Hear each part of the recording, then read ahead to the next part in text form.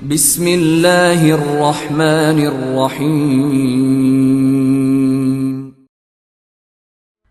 سامعین سے گزارش کی جاتی ہے کہ ہمارے دونوں چینلز کے پلیٹ فارم سے جتنی بھی آڈیو بکس کی ریکارڈنگ کمپلیٹ ہو چکی ہے اسے خود بھی سنیں اور زیادہ سے زیادہ شیئر کرنے کی کوشش کریں، اور ہمارے سوشل میڈیا پلیٹ فارم کے لنکس ڈسکرپشن میں دیے گئے ہیں، ہمیں سبسکرائب اور فالو ضرور کریں تاکہ آپ کو ضروری اپڈیٹس ملتے رہیں، اور ہماری ٹیم کی فنانشیل سپورٹ کے لیے پیٹریون کے لنک ضرور چیک کریں۔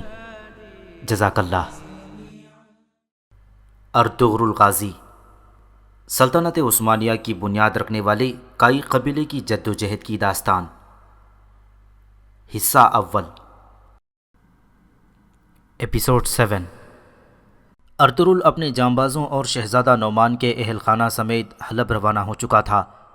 یہ سفر رات کی تاریکی میں شروع کیا گیا تھا۔ ان کی حلب روانگی کو مکمل طور پر خفیہ رکھا گیا تھا، لیکن وہ لوگ اس بات سے بے خبر تھے کہ تیتوش بھی اپنے سپاہیوں کے ساتھ ان کے تعاقب میں تھا۔ وہ تیزی سے سفر کرتے ہوئے آگے بڑھ رہے تھے، پھر ان کا تعاقب کرنے والوں میں کردغلو کے سپاہی بھی شامل ہو گئے تھے۔ ایک مقام پر پہنچ کر کردغلو کے سپاہیوں نے ان کو جا لیا اور للکار کر ارطغرل سے کہا کہ کردغلو نے انہیں واپس لانے کا حکم دیا ہے۔ یہاں سے لوٹ جاؤ لڑکی، ہم تمہیں نقصان نہیں پہنچانا چاہتے۔ ارطغرل نے اسے سمجھایا، ہم بھی نہیں چاہتے کہ اپنے قبیلے والوں پر تلوار اٹھائیں، آپ مان جائیں اور ہمارے ساتھ چلیں، ہماری آپ سے کوئی لڑائی نہیں ہے۔ لڑکے نے کہا، نہ تمہاری کوئی بات مانوں گا نہ کردغلو کو مانتا ہوں، میں صرف اور صرف جرگے اور روایات کا پابند ہوں۔ کردغلو جیسے 1000 بھی آ جائیں تو نہ بھائیوں کو قتل کروا سکتے ہیں نہ کسی کو چھین سکتے ہیں۔ ارطغرل نے کہا۔ اب وہ گھوڑے سے نیچے اتر آیا تھا۔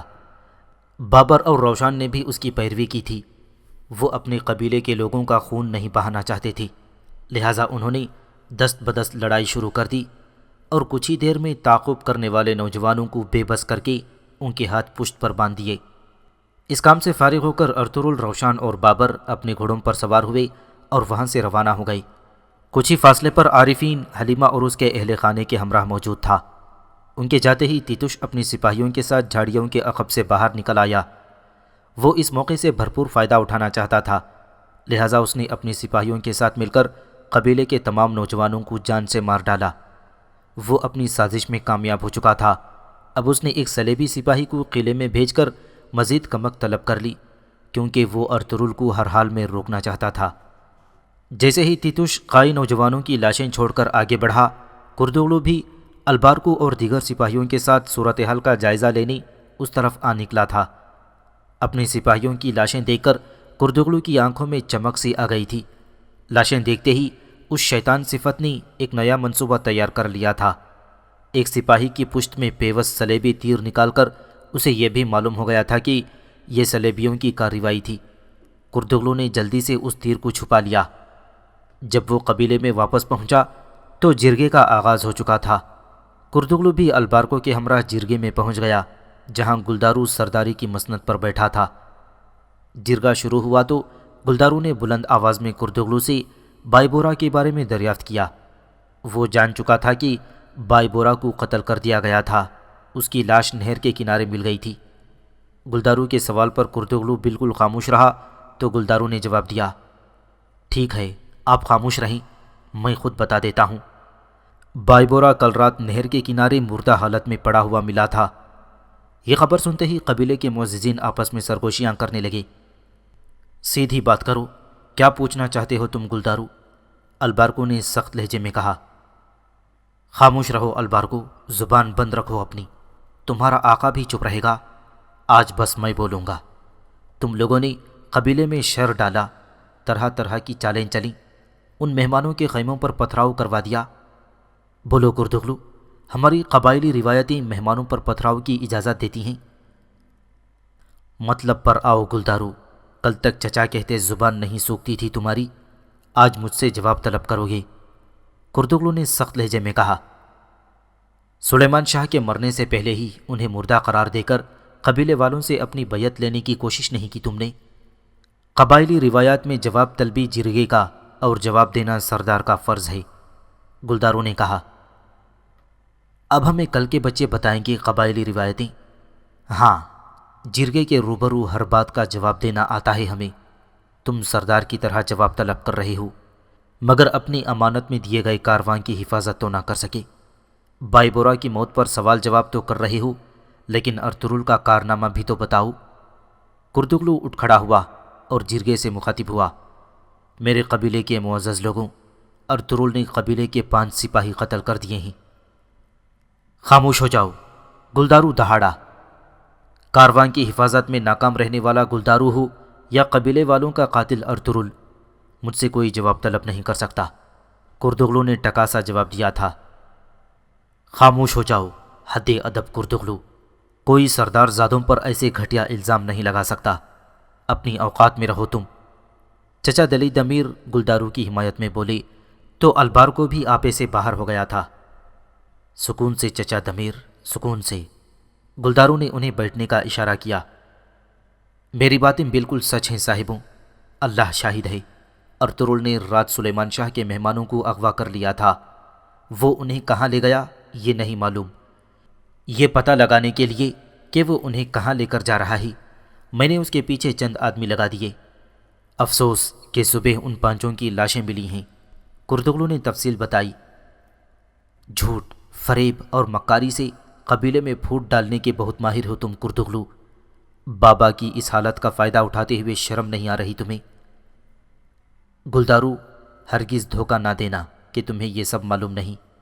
تم دونوں بھائیوں نے مل کر یہ سازش تیار کی۔ سردار نے حلب کے لیے ایلچی تمہیں بنایا اور تم نے اپنی جگہ ارطغرل کو بھیج دیا۔ یہ سن کر گلدارو خاموش ہو گیا۔ اس نے خود ہی ارطغرل کو یہ ذمہ داری سونپتے ہوئے کہا تھا کہ مجھے کردگلو کی سازشوں کو ناکام بنانے کے لیے یہیں قبیلے میں رہنا ہوگا۔ وہ جان گیا ہے کہ نعمان اور اس کے بچے شہزادے ہیں، اور اب وہ لوگوں کو ورغلا رہا ہے کہ حلب کے بجائے سلجوق سلطنت کی طرف ہجرت کی جائے۔ بابا کی بیماری سے اصل فائدہ تو تم اٹھانا چاہ رہے ہو کردگلو۔ اس کے بستر سے لگتے ہی جرگہ بلانے والا میں نہیں تم ہو۔ اللہ کا شکر ہے میرا بھائی تمہارا یہ روپ نہیں دیکھ رہا، ورنہ مر ہی جاتا وہ، کردگلو نے کہا، اور پھر جرگے کے شرکا سے مخاطب ہوا۔ چلیے اٹھیے میرے محترم بھائیوں، سلیمان شاہ کے غداروں کو بلایا گیا، یہ جرگہ ہمارے بیٹھنے کی جگہ نہیں۔ یہ کہتے ہی وہ اپنے چیلوں کو لے کر خیمے سے رخصت ہو گیا۔ گلدارو اسے جاتے ہوئے دیکھتا رہ گیا۔ اب ہم کیا کریں گے گلدارو بھائی؟ ایک شخص نے پوچھا۔ سلیمان شاہ کے ہر حکم پر حرف بحرف عمل ہوگا۔ حلب کوچ کرنے کے لیے ہماری تیاریاں ویسے ہی جاری رہیں گی۔ سردار نے اگر کسی کو امان دی ہے تو اس کا مان رکھا جائے گا انشاءاللہ۔ گلدارو کی بات مکمل ہوتے ہی سب لوگوں نے سینے پر ہاتھ رکھ کر اپنی وفاداری کا یقین دلا دیا۔ حائمہ خاتون، شہناز اور روشنی خیمے کے عقبی حصے میں جرگے کی ساری کارروائی سن چکی تھیں۔ گلدارو واپس آ کر بے ہوش سلیمان شاہ کے پاس بیٹھ گیا تھا۔ ان کا بخار کم نہیں ہوا تھا۔ حائمہ خاتون اب بھی ان کی پیشانی پر گیلا کپڑا رکھ کر حرارت کم کرنے کی کوشش کر رہی تھیں۔ تمہارے بابا کو یہاں سے لے کر جتنی جلدی ہم لوگ نکل جائیں بہتر ہوگا، حائمہ خاتون نے کہا۔ ٹھیک بات ہے، راستے میں کوئی مسئلہ ہونے سے بہتر ہے کہ ہم جلد از جلد اپنی منزل پر پہنچ جائیں۔ گلدارو نے ان سے اتفاق کیا تھا۔ آپ درست کہتے ہیں، میں اپنی پرانی گھوڑا گاڑی کی مرمت کر لیتا ہوں۔ سلیمان شاہ کو آرام کی ضرورت ہے۔ بہت اچھا ہوگا یہ تو، ہم جتنا جلد حلب روانہ ہوں گے ہماری پریشانیاں اتنی ہی کم ہو جائیں گی۔ لیکن میں ابھی آپ لوگوں کے ساتھ نہیں چلوں گا، قبیلے کو ابھی میری زیادہ ضرورت ہے۔ گلدارو نے کہا تو چچا دلی دمیر بولے، آپ بالکل فکر نہ کریں، میں حائمہ بھابھی کو اور سلیمان شاہ کو بحفاظت حلب لے جاؤں گا۔ اللہ نے چاہا تو صبح سویرے ہم سفر پر روانہ ہو جائیں گے انشاءاللہ، گلدارو نے جواب دیا اور اپنے والد کے چہرے کی طرف دیکھنے لگا۔ ارطغرل کا مختصر قافلہ اپنی منزل کی طرف روان دوان تھا۔ ایک ندی پار کرتے ہی اس نے نعمان کی طرف دیکھتے ہوئے کہا، ہم سلجوق سلطنت کی سرحدوں سے نکل آئے ہیں، گھوڑوں کو تھوڑا آرام دینا چاہیے۔ ایک مناسب جگہ دیکھ کر وہ لوگ گھوڑوں سے اتر گئے تھے۔ پڑاؤ ڈالتے ہی ارطغرل نے سپاہیوں کو آگ جلانے کا حکم دے دیا۔ شہیر بھی ان کی مدد کر رہا تھا، وہ ان سے گھل مل گیا تھا۔ سب لوگ روشن اور بابر کی نوک جھونک سے محظوظ ہو رہے تھے۔ کچھ دیر بعد شہزادہ نعمان نہر کے کنارے جا کر بیٹھ گئی۔ انہیں خاموش دے کر ارطغرل بھی ان کی جانب بڑھا اور قریب بیٹھتے ہوئے بولا، آپ ٹھیک تو ہیں شہزادے؟ ہاں اللہ کا شکر ہے، بس نہر کے پانی کی آواز میں کھو گیا تھا۔ کیا یاد دلا دیا اس آواز نے؟ ارطغرل نے مسکرا کر پوچھا۔ اپنی جد امجد کی یاد آ گئی۔ ایک خواب دیکھا تھا اوغوث خان نے کہ ایک سلطنت ہو جہاں سب چین و سکون سے زندگی گزاریں گے۔ وہ فرماتے تھے کہ ایک ملک دو حکمران نہیں چلا سکتے، ایک ہی کا کام ہے۔ اگر تمہارے خون میں کھوٹ نہیں تو جب تک آسمان نہیں گر پڑتا، جب تک زمین نہیں پھٹ جاتی، تب تک تمہاری روایتیں کوئی نہیں چھین سکتا۔ اس کے بعد میرے دادا ارطغرل نے دھوندار خان کی جنگ کے بعد ایک بہت بڑے میدان میں اپنے قبیلے سے ولولہ انگیز خطاب کیا۔ پھر ان کا قبیلہ دیار روما ہجرت کر کے گیا اور ایک نئی سلطنت کی بنیاد رکھی۔ جانتے ہو یہ نہر کیا کہہ رہی ہے ارطغرل؟ ان قبیلوں کو پھر سے ایک کرنے والی، مضبوط کرنے والی، ایک نیا خواب دیکھنے والی، ایک عظیم بہادر کی پھر سے ضرورت ہے، شہزادہ نعمان نے کہا اور خاموش ہو گیا۔ کچھ فاصلے پر تیتوش بھی ایک چٹان سے ان کی نقل و حمل پر نظر رکھے ہوئے تھا۔ اس کے ہاتھ میں اپنے بھائی بسول کی صلیب تھی۔ اس نے صلیب کو ہونٹوں سے لگا کر بوسہ دیا اور زیر لب بڑبڑایا، ارطغرل کو تمہارے پاس روانہ کر رہا ہوں میرے بھائی، تمہاری روح کا عذاب ختم ہونے والا ہے۔ پھر اس نے اپنے سپاہیوں کو تیار رہنے کا اشارہ کر دیا۔ حلب کے وزیر اعظم شہاب الدین نے بندھے ہوئے شخص کے چہرے پر زوردار تھپڑ رسید کیا تھا اور اسے جھنجھوڑتے ہوئے بولا، بول، ارطغرل پر حملہ کرنے کے لیے تمہیں کس نے بھیجا تھا؟ جواب دے، سلیمان شاہ کے بیٹے کو قتل کرنے کی ہدایت کس نے دی تھی؟ عین اسی لمحے دروازہ کھلا اور العزیز بھی وہاں آ گیا۔ ابھی تک زبان نہیں کھولی اس نے ماموں جان۔ بالکل کھولے گا یہ زبان، دیکھو ہم جانتے ہیں کہ تم اکیلے نہیں ہو۔ بتاؤ کس نے محل کے اندر سے مدد کی تھی تمہاری؟ شہاب الدین نے پوچھا۔ اسے بتا دے ماموں جان، اگر یہ سچ بتا دے گا تو جان بخشی کر دوں گا اس کی، العزیز نے کہا۔ بتا دے تجھے امیر کے مہمان کو مارنے میں کس نے مدد کی تھی؟ شہاب الدین نے اسے دوبارہ جھنجھوڑا۔ آپ نے ہی تو مدد کی تھی میری، قیدی نے کہا تو شہاب الدین نے اس کے منہ پر ایک اور تمانچہ رسید کر دیا، جبکہ العزیز یہ سن کر چونک گیا تھا۔ انسانوں کی طرح بتا دے کس نے مدد کی تھی، کون ہے وہ، بتا کون ہے تیرا ساتھی؟ وہ اس پر تشدد کرنے لگا تھا۔ العزیز، آپ کے نائب جناب شہاب الدین ہی میرے ساتھی ہیں۔ اس مرتبہ قیدی نے براہ راست العزیز کو مخاطب کیا تھا۔ ماموں جان، یہ آدمی کیا کہہ رہا ہے؟ العزیز چونکا۔ شہاب الدین نے اس کی بات کا جواب دینے کے بجائے خنجر کا دستہ مار کر قیدی کو بے ست کر دیا اور بولے، یہ زبان ضرور کھولے گا۔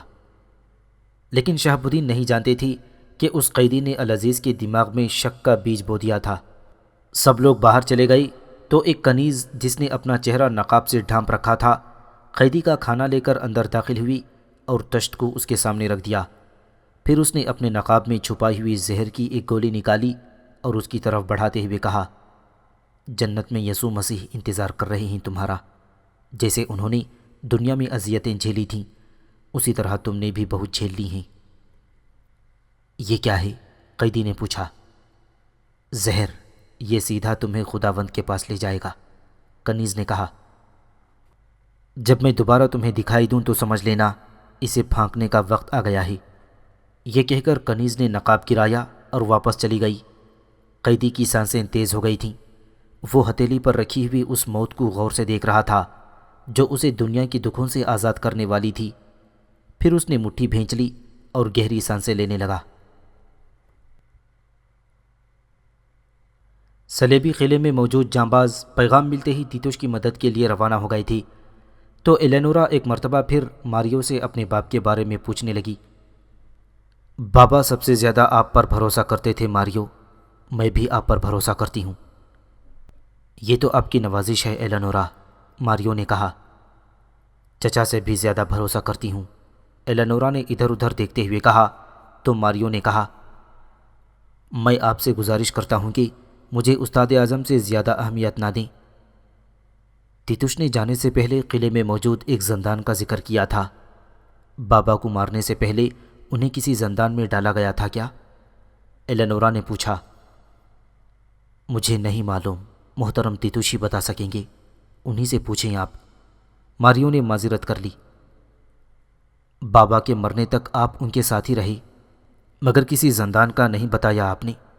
ہو سکتا ہے بابا زندہ ہوں اور کہیں قید ہوں، حقیقت جو بھی ہے میں سننے کو تیار ہوں، ایلنورا نے کہا۔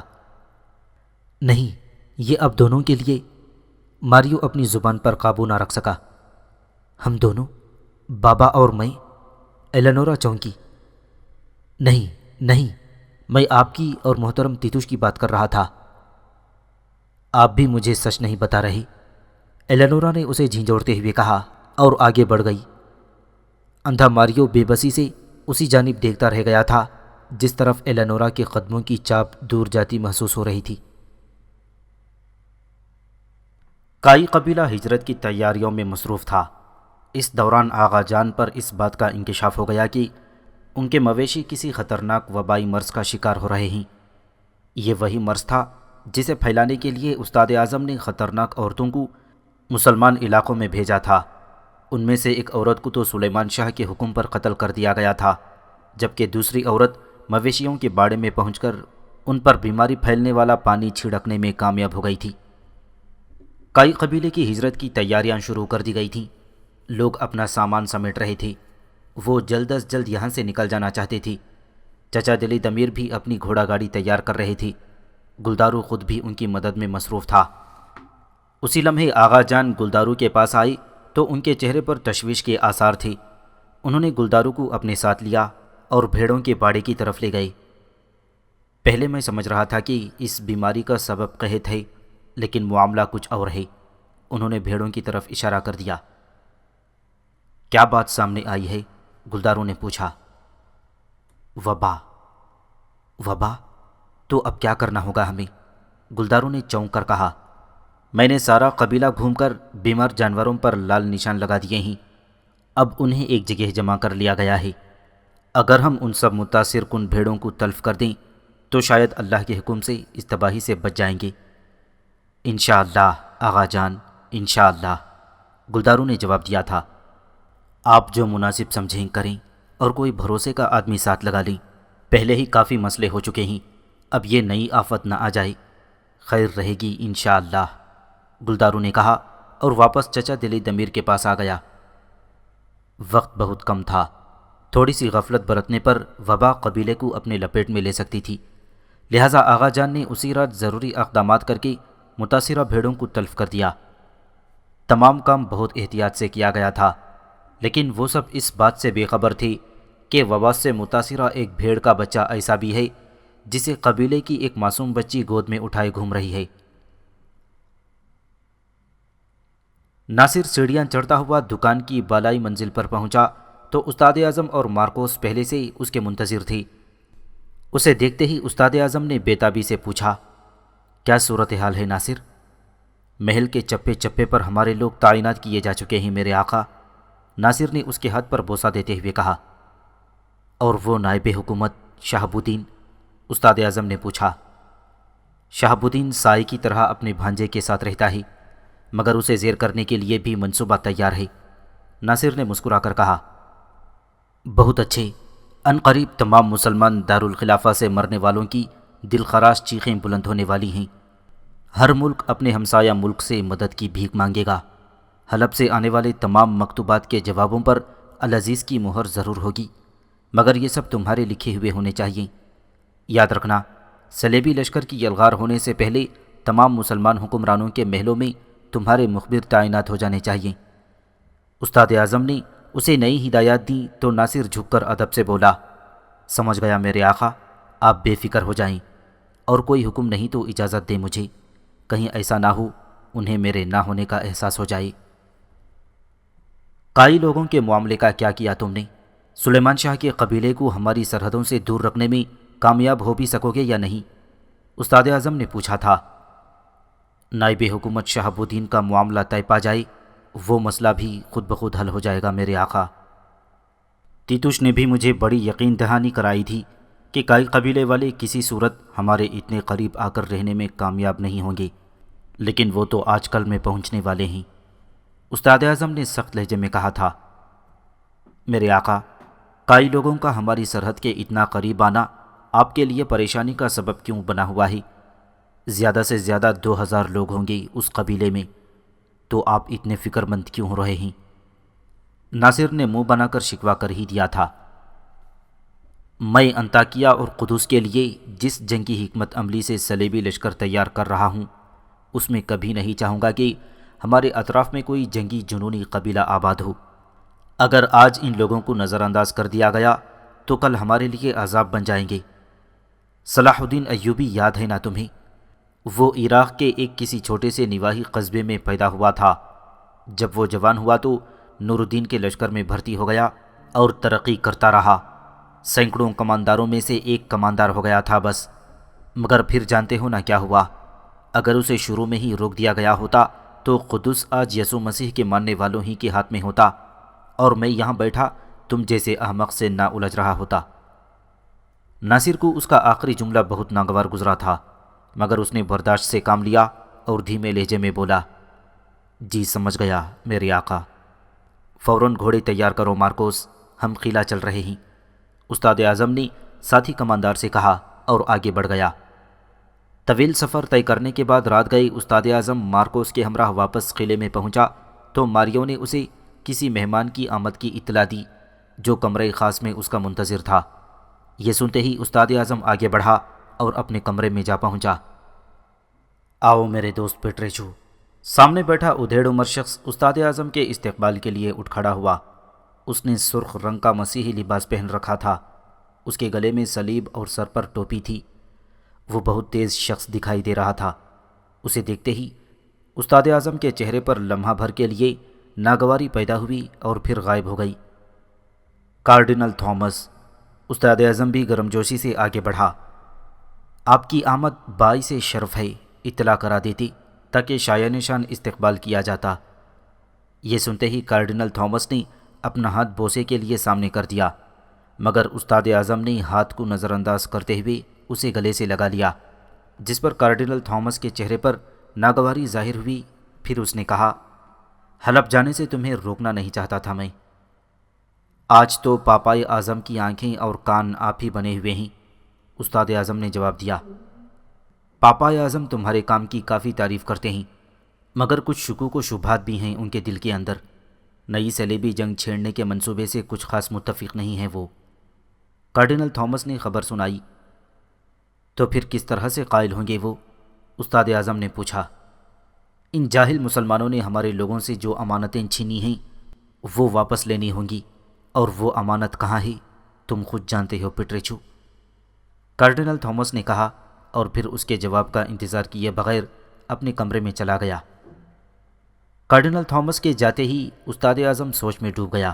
پھر اس نے گہری سانس لی اور اپنے بھائی عمر یعنی جونی سے ملاقات کے لیے زندان کی طرف بڑھا۔ مارکوس بھی اس کے ہمراہ تھا۔ استاد اعظم کسی خاص مقصد سے جونی کے پاس جا رہا تھا۔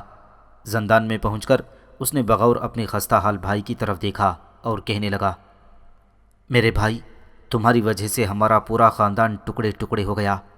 کیا ملا تمہیں؟ ایک شعبدہ باز بوڑھے کی باتوں میں آ کر بیوی بچوں کو، اپنے مذہب کو اور ہر چیز کو چھوڑ دیا تم نے، برباد کر دیا ہے تم نے۔ پھر بھی ہم بھائی تو ہیں نا، ایک دوسرے کے دکھ درد کو سمجھتے ہیں۔ اگر تم اس ابن العربی کے صندوق سے وہ امانت کسی بھی طرح واپس لا دو تو آزاد کر کے تمہیں واپس گھر بھیج دوں گا۔ اتنی سختیاں جھیلنے کے بعد بھی اپنے مرشد سے غداری کروں گا میں، عمر نے کہا۔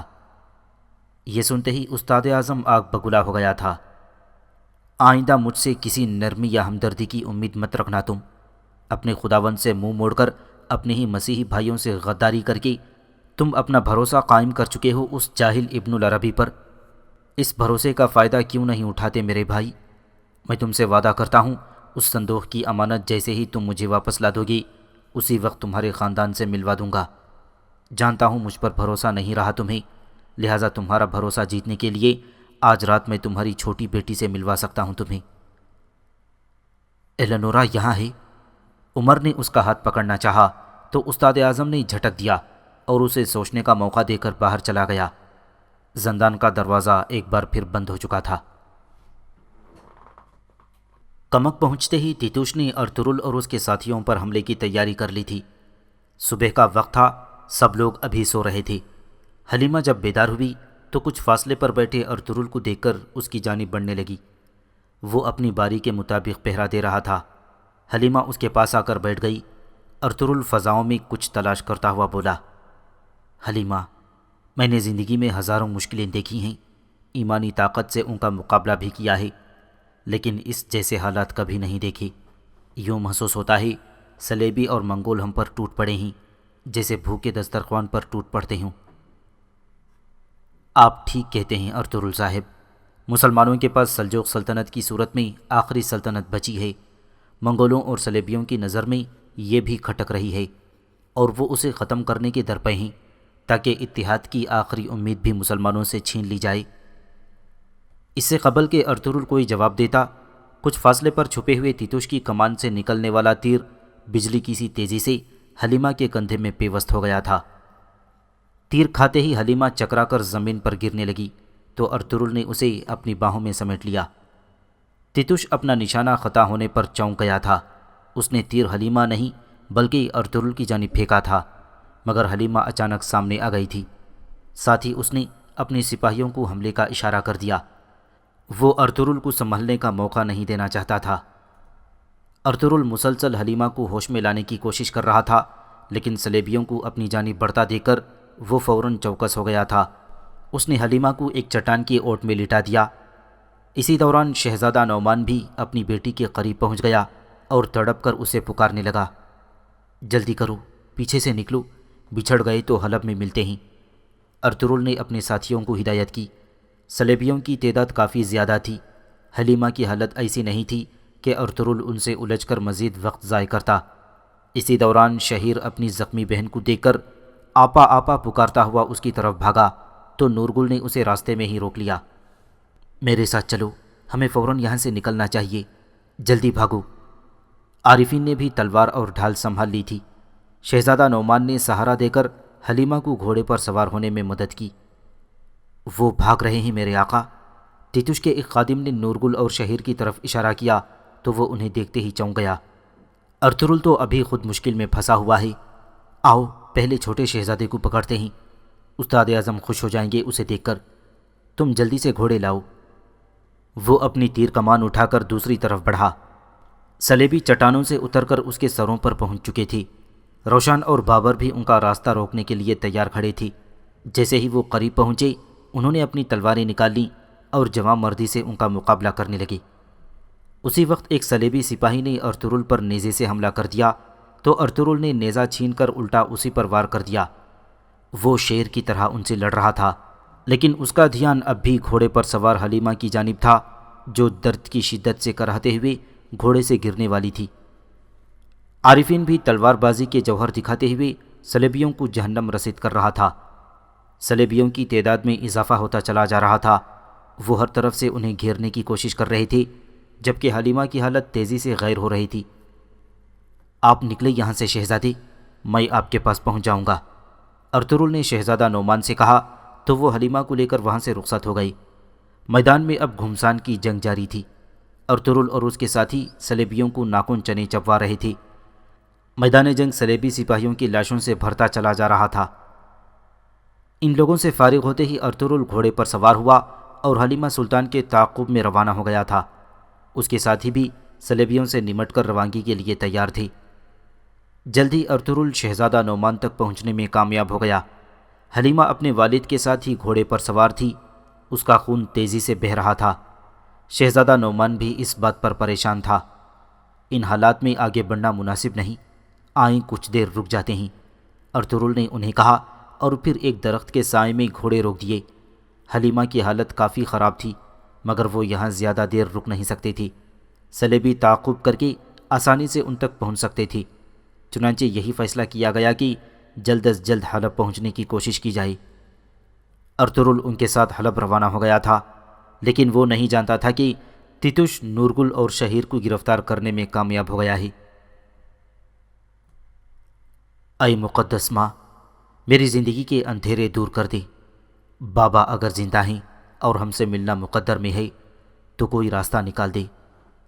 ایلینورا صلیب کے سامنے شمع روشن کیے دعا مانگ رہی تھی کہ بوڑھا ماریو لاٹھی ٹیکتا ہوا وہاں آ گیا اور ایلینورا کو پکارتے ہوئے بولا، ایلینورا، کیا تم یہاں ہو بیٹی؟ جی ہاں ماریو، ایلینورا نے اپنی دعا ختم کرتے ہوئے کہا۔ تم نے کہا تھا نا، حقیقت جو بھی ہو میں سننے کو تیار ہوں، تو پھر چلو میرے ساتھ۔ یہ کہہ کر بوڑھا ماریو آگے بڑھا اور ایلینورا کو زندان میں لے گیا۔ وہ طویل راہداری طے کر کے ایک بند دروازے کے سامنے جا کھڑے ہوئے تھے۔ کیا میرے بابا یہاں پر ہیں؟ ایلینورا نے بے چینی سے پوچھا۔ ہاں، دیکھو میرا نام نہ آئے ایلینورا۔ ماریو نے التجا کی تو ایلینورا نے اس بات میں سر ہلا دیا اور اپنی تسلی کے لیے دوبارہ بولی، کیا میرے بابا یہاں پر قید ہیں؟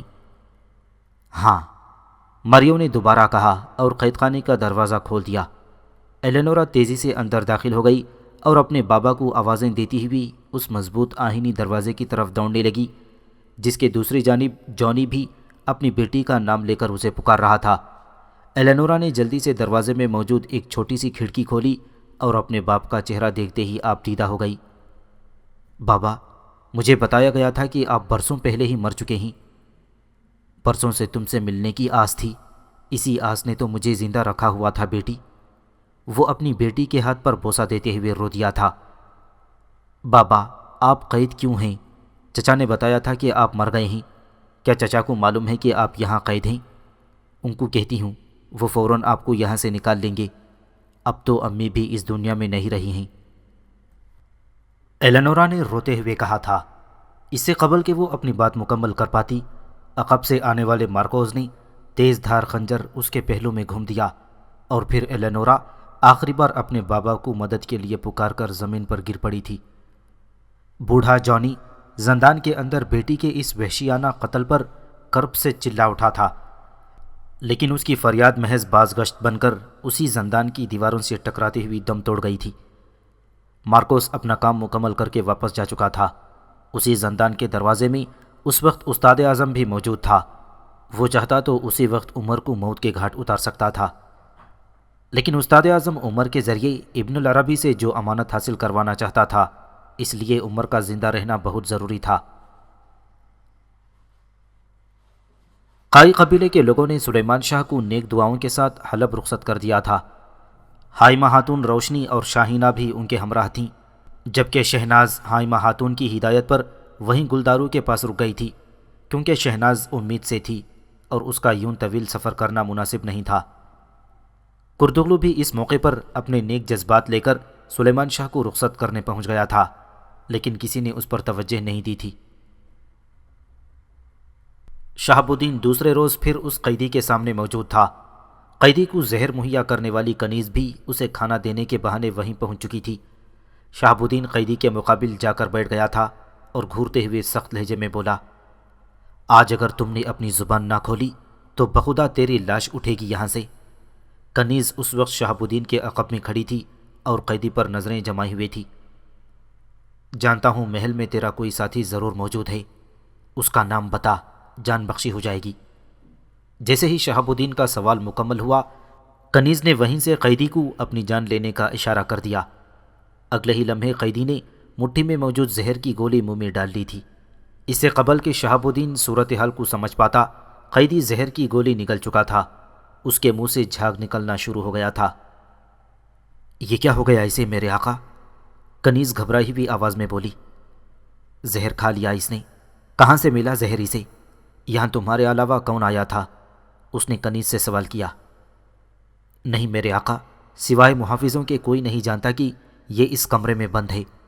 محافظوں کو بھی یہ معلوم نہیں کہ یہ کون ہے، کنیز نے جواب دیا۔ ایک لفظ بھی بتائے بغیر یہ مر گیا۔ محل میں موجود جاسوسوں کے بارے میں بہت کچھ معلوم ہو سکتا تھا۔ عاصمہ، اس کی لاش کو چھپانا ضروری ہے۔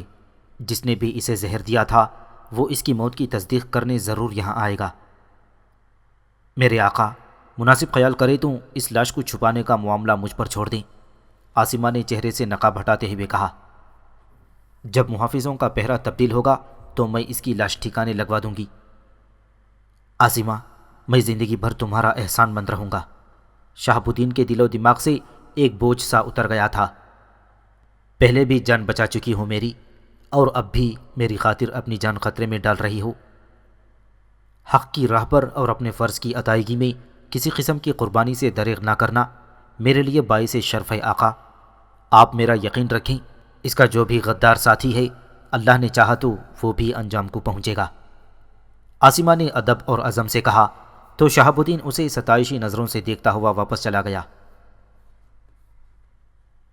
جب سے کارڈینل تھامس قلعے میں آیا تھا استاد اعظم کی مشکلات میں اضافہ ہو گیا تھا۔ اس وقت بھی وہ اچانک ہی استاد اعظم کے کمرے میں آ دھمکا تھا۔ استاد اعظم نے اٹھ کر اس کا استقبال کیا اور بولا، خوش آمدید کارڈینل۔ کیا ایلنورا کی موت سے تمہیں اس صندوق کے بارے میں کچھ علم ہو گیا؟ کارڈینل تھامس نے براہ راست سوال کیا۔ جانی اپنی ضد پر اڑا ہوا ہے، مگر اب وہ جلد ہی زبان کھول دے گا۔ اس کی کمزوری میرے ہاتھ میں آ گئی ہے، استاد اعظم نے اسے تسلی دی۔ جانی زبان کھول دے گا، تمہیں اس کا اتنا یقین کیوں ہے؟ کارڈینل تھامس نے پوچھا۔ حلب میں اس کے کچھ دوستوں کو جانتا ہوں میں، بہت جلد میں اپنے مقصد میں کامیاب ہو جاؤں گا۔ گفتگو ابھی جاری تھی کہ مارکوس اندر داخل ہوا اور کارڈینل تھامس کے ہاتھ پر بوسہ دے کر مؤدبانہ انداز میں کھڑا ہو گیا۔ تھامس نے اپنی بات جاری رکھی، تمہیں پاپائے اعظم کو صلیبی جنگ کا حمایتی بنانے کے لیے ابھی بہت کام کرنا ہوگا پیٹریچو۔ مسلمانوں نے جو ارض مقدس چھینی ہے وہ ہمیں ہر صورت میں واپس لینی ہوگی، اور جب تک وہ دن نہیں آ جاتا میں تمہیں ہر روز یاد دلاتا رہوں گا۔ تھامس نے طنزیہ لہجے میں کہا تو استاد اعظم مارکوس کی طرف دیکھتے ہوئے پوچھا، کیا بات ہے مارکوس؟ تیتوش قلعے میں پہنچ گیا ہے میرے آقا۔ یہ سنتے ہی استاد اعظم نے اپنی چھڑی اٹھائی اور مارکوس کے ساتھ قلعے کے دروازے کی جانب چل پڑا۔ تھامس بھی ان کے ہمراہ تھا۔ جب وہ باہر نکلے تو تیتوش نورگل اور شہیر کو لے کر قلعے میں پہنچ چکا تھا۔ نورگل کو کئی لوگوں نے قابو کیا ہوا تھا۔ بہت خوب، تم 30 جانباز لے کر گئے تھے اور صرف 2 قیدی لے کر آئے ہو میرے عزیز تیتوش، بہت اچھے، بہت اعلیٰ۔ تھامس نے سخت لہجے میں کہا تو اس پر نظر پڑتے ہی تیتوش سمیت سارے سپاہی ادب سے جھک گئے تھے۔ یہ بچہ کوئی عام ترکمان نہیں ہے عالی قدر تھامس، یہ ایک سلجوق شہزادہ ہے۔ کچھ عرصہ قبل تمہارے قبضے سے جو قیدی چھن گئے تھے یہ انہی میں سے ایک شہزادہ ہے۔ کارڈینل تھامس نے استاد اعظم کی طرف دیکھا۔ اور یہ دوسرا کون ہے؟ استاد اعظم نے اس کی بات نظر انداز کرتے ہوئے تیتوش سے پوچھا۔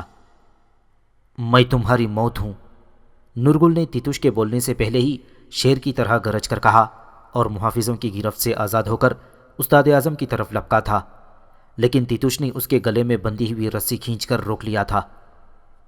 آفرین تیتوش، ایک بندھے ہوئے شیر کے سامنے تم نے کافی بہادری دکھائی ہے، مگر گھنے جنگل میں ایسے 2-3 آزاد شیروں کا سامنا ہو جائے تو راہ فرار اختیار کرتے ہو تم۔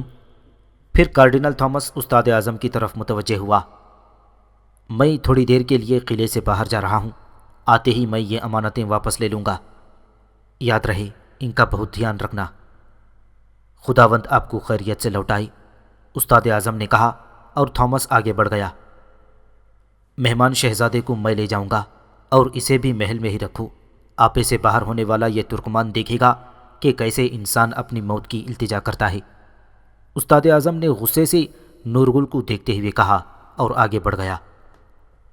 کچھ دیر بعد ہی اس نے تیتوش کو طلب کر لیا اور ڈانٹتے ہوئے بولا، میں نے 1000 مرتبہ منع کیا تھا تم کو کہ ذاتی نفرت کو اپنے مقصد مذہبی فرض پر کبھی حاوی نہ ہونے دینا، مگر تم نے اپنی ضد میں اس ترک کا تعاقب کیا۔ 30 جانباز چلے گئے ہمارے، تمہارے اس احمقانہ جنون کے پیچھے ہمارے 30 جانباز چلے گئے۔ مجھے معاف کر دے میرے آقا، تیتوش نے سر جھکا کر کہا۔ تھامس کیسے طنز کر رہا تھا دیکھا نہیں تم نے؟ ذلیل کروا دیا مجھے اور کلیسا کے تمام جانبازوں کو۔ آئندہ ایسی نوبت آئی تو پھر دیکھنا کیا حشر کرتا ہوں میں تمہارا۔ استاد اعظم شدید غصے میں تھا۔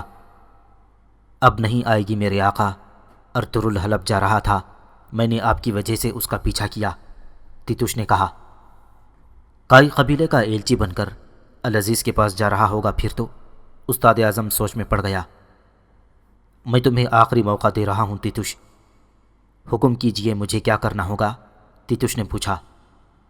اسی وقت حلب روانہ ہو جاؤ ناصر سے ملو اور ہر کام پر خود نظر رکھو، اپنی غلطی کی تلافی کا آخری موقع ہے تمہارے پاس۔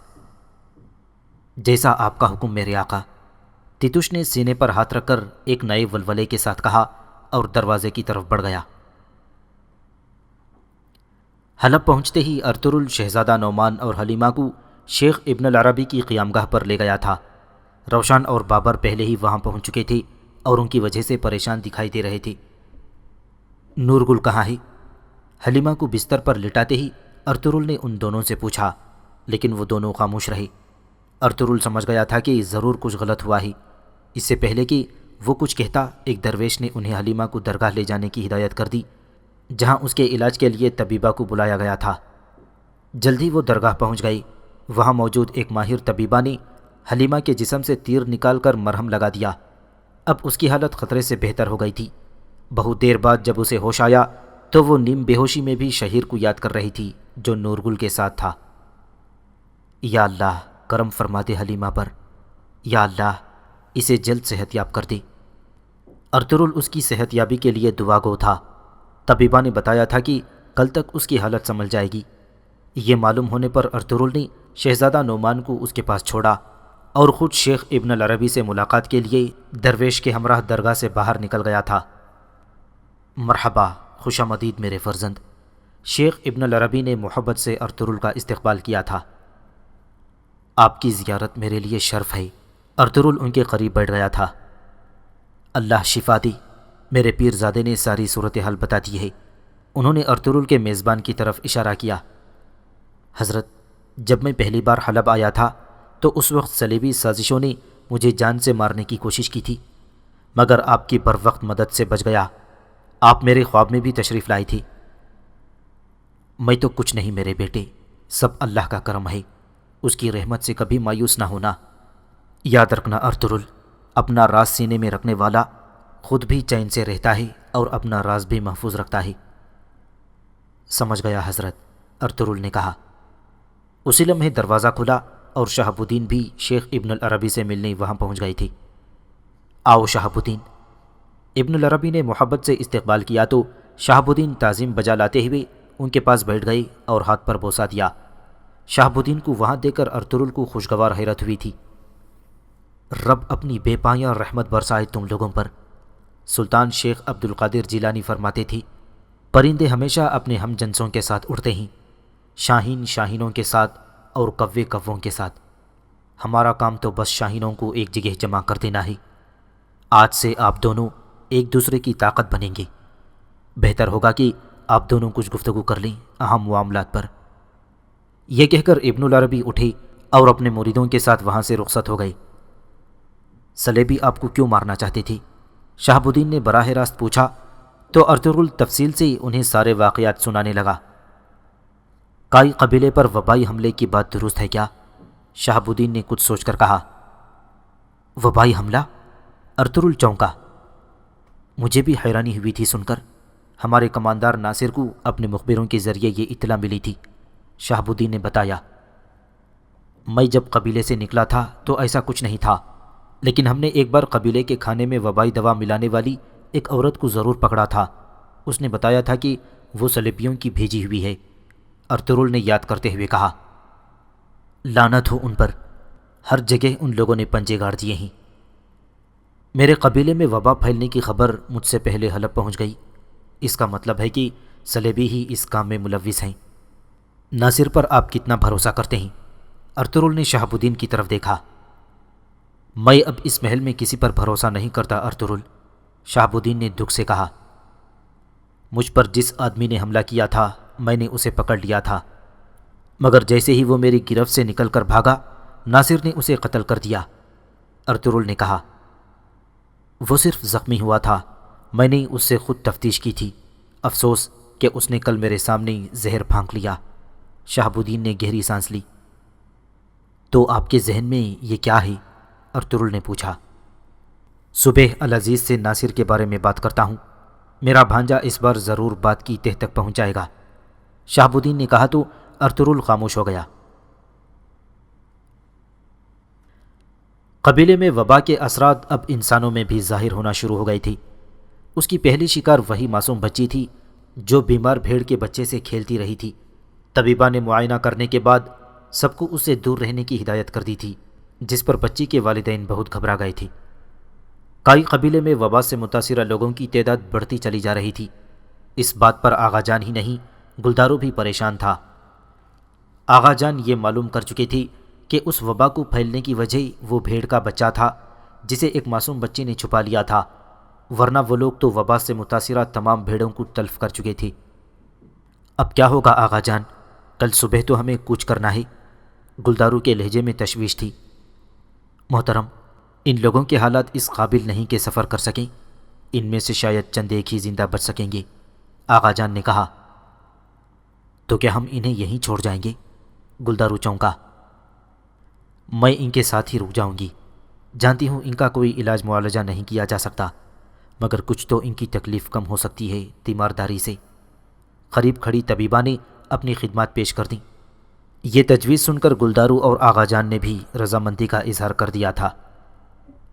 آغا جان، قبیلے میں کچھ لوگ ایسے بھی ہیں جو کوچ کرنے کو تیار نہیں، مجھے ان سے خود جا کر بات کرنی ہوگی۔ اگر وہ بھی رک گئے تو ہلاکتیں بڑھ جائیں گی، ہمیں ہر صورت انہیں ہجرت پر آمادہ کرنا ہوگا، گلدارو نے کہا اور سلام کر کے خیمے سے باہر چلا گیا، جبکہ آغا جان طبیبہ کو مزید ہدایات دینے لگے تھے۔